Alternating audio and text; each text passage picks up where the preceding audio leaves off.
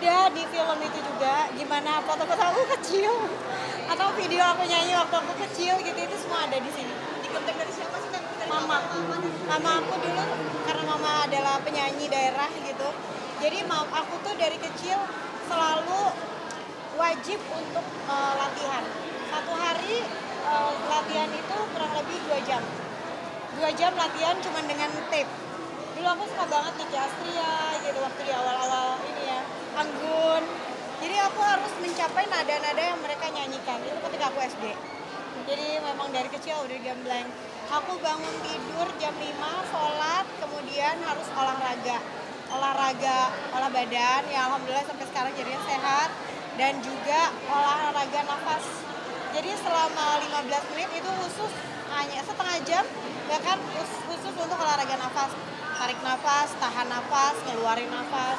Dihitung berapa menit aku bisa nahan nafas, dan itu ternyata berguna ketika dewasa aku nyanyi, aku bisa menyanyikan lagu dengan dengan lebih menjaga pitch dan juga bisa nafasnya juga cukup panjang. Juara-juara lomba ini kan biasanya Aku dulu sering mengikuti lomba, tidak selalunya menang. Ada yang menang tapi ada juga yang kalah. Jadi aku ingat banget waktu dulu aku menang Harapan 2 kalau nggak salah ya. Pas aku waktu masih kecil, kelas 1 atau kelas 2 SD. Jadi aku dikasih piagam, bukan piagam apa, trofi lah ya. Tapi bentuknya kayak piring. Pernah tahu nggak sih? Ada yang pialanya kayak piring.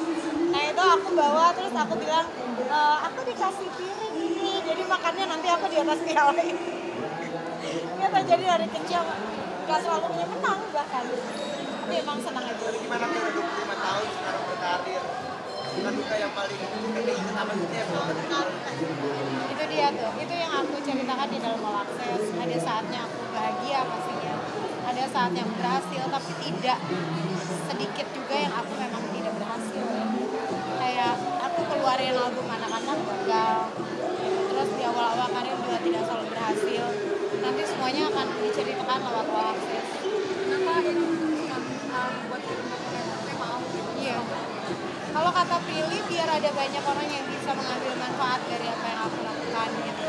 Karena banyak pasti kan orang menginginkan karir yang panjang. Aku sudah melalui karir yang cukup panjang, jadi aku pengen share kiat-kiatnya gitu. Oh, kalau aku tuh hariannya tuh begini, siapa tahu orang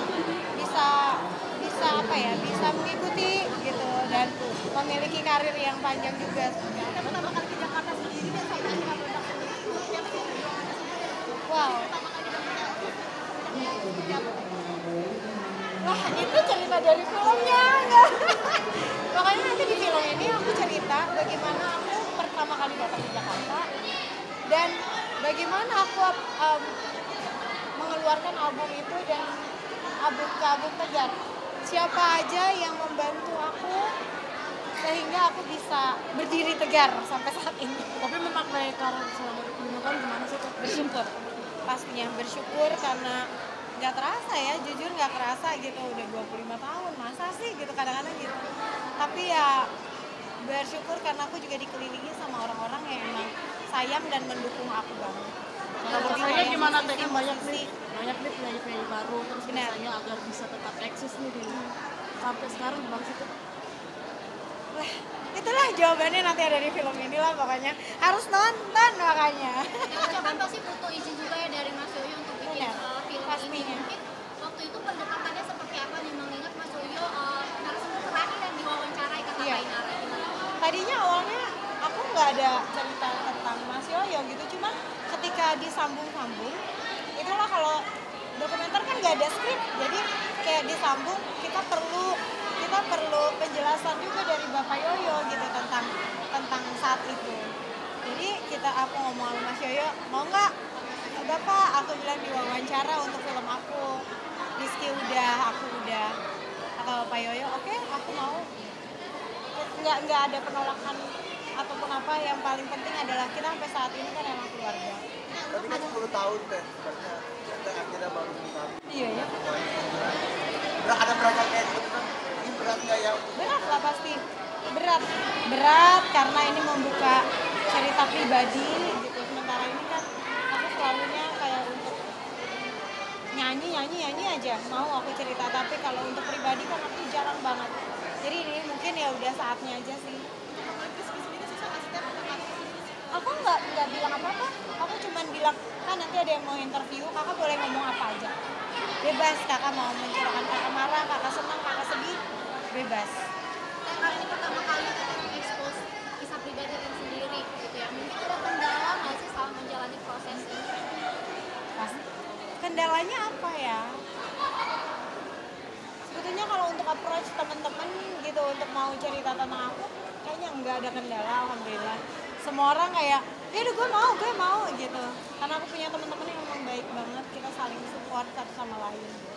Kayaknya, tapi yang hebatnya ya emang sinemaku aja sih bisa memotong-motong, mengedit-edit hingga menjadi sebuah cerita yang aku sendiri kaget, cukup kaget gitu dengan yang udah ada.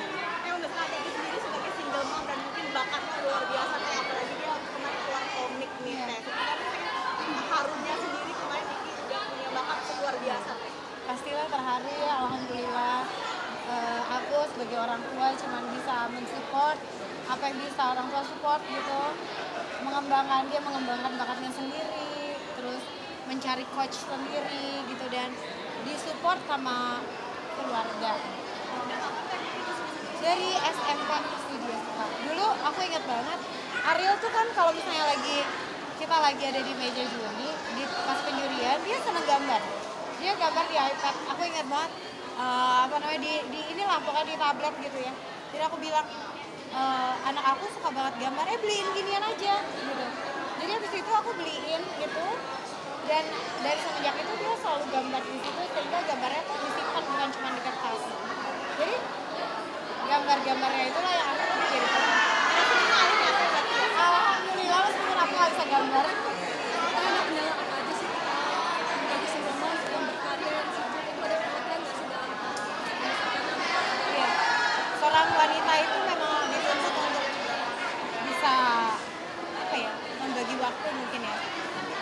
Banyak hal yang kayak akhirnya aku jadi kehilangan waktu untuk diri sendiri bahkan karena menurut aku ada di dunia ini memang untuk banyak orang gitu, terutama untuk keluarga aku gitu, untuk pekerjaan aku, buat karyawan-karyawan aku juga, buat semua lah gitu. Jadi sulit, jujur sulit karena waktu aku dia sama yang lain 24 jam. Aku yakin bukan cuma aku yang merasakan itu. Ibu yang pergi ke kantor, perginya pagi, dia harus nyiapin sarapan dulu buat anak dan keluarga. Di kantor dia banyak masalah pekerjaan, pulang udah malam. Itu aku yakin bisa relate dengan aku gitu. Dan ini adalah film kita, film wanita-wanita yang memang tidak bisa diam dan harus selalu keep going. Ini gimana sih dia bisa menjadi wanita kuat ibaratnya ibaratnya karena kita punya trauma yang pasti setiap orang punya maupun anak teteh juga. Gimana cara dari transisi dari trauma ke jadi wanita kuat yang Kayaknya dijalanin aja sih, Mas. Aku nggak punya kiat-kiat khusus ya. Dijalanin dan ya sabar aja. Dijalanin dan memberikan yang terbaik. Habis itu sabar aja. Terus kita nggak pernah tahu juga besok gimana.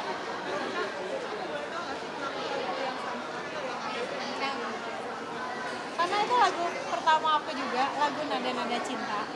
Buat aku itu lagu pertama, buat Ariel juga lagu Nada-Nada Cinta itu dia dengar ketika dia masih SMP, aku SMA waktu itu.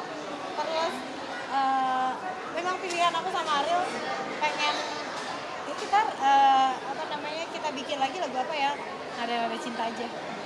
Jadi balik suaranya yang menggelegar ada mic yang benar-benar terjadi ini teh menggelegar suara teteh seperti apa sih mic yang suara teteh bawa konser nih teh. Ya mic itu alat ya. Jadi alhamdulillah mic itu udah menemani aku berbagai konser gitu. Jadi selalu aku pegang mic yang tadi. Jadi kalau pegang itu cukup percaya diri. Sejak tahun berapa tuh teh harga sendiri fantasi Aduh harganya lumayan. kita ya teh. Iya. Bedanya apa sih teh vokal sendiri? Iya. Aku cocok aja sama mic itu dan ya sama seperti yang lain, mic itu adalah media atau tools buat aku buat apa ya memperkuat gitu, suara aku biar terdengar jernih, biar terdengar bagus. Kenapa Ariel? Kenapa bukan Ariel? Karena menurut aku Dia adalah penyanyi yang luar biasa ya. Salah satu teman dekat aku yang emang juga luar biasa hidupnya. Dan aku dari dulu emang suka banget dengan suaranya. Aku rasa ini banyak ditunggu-tunggu orang juga ya.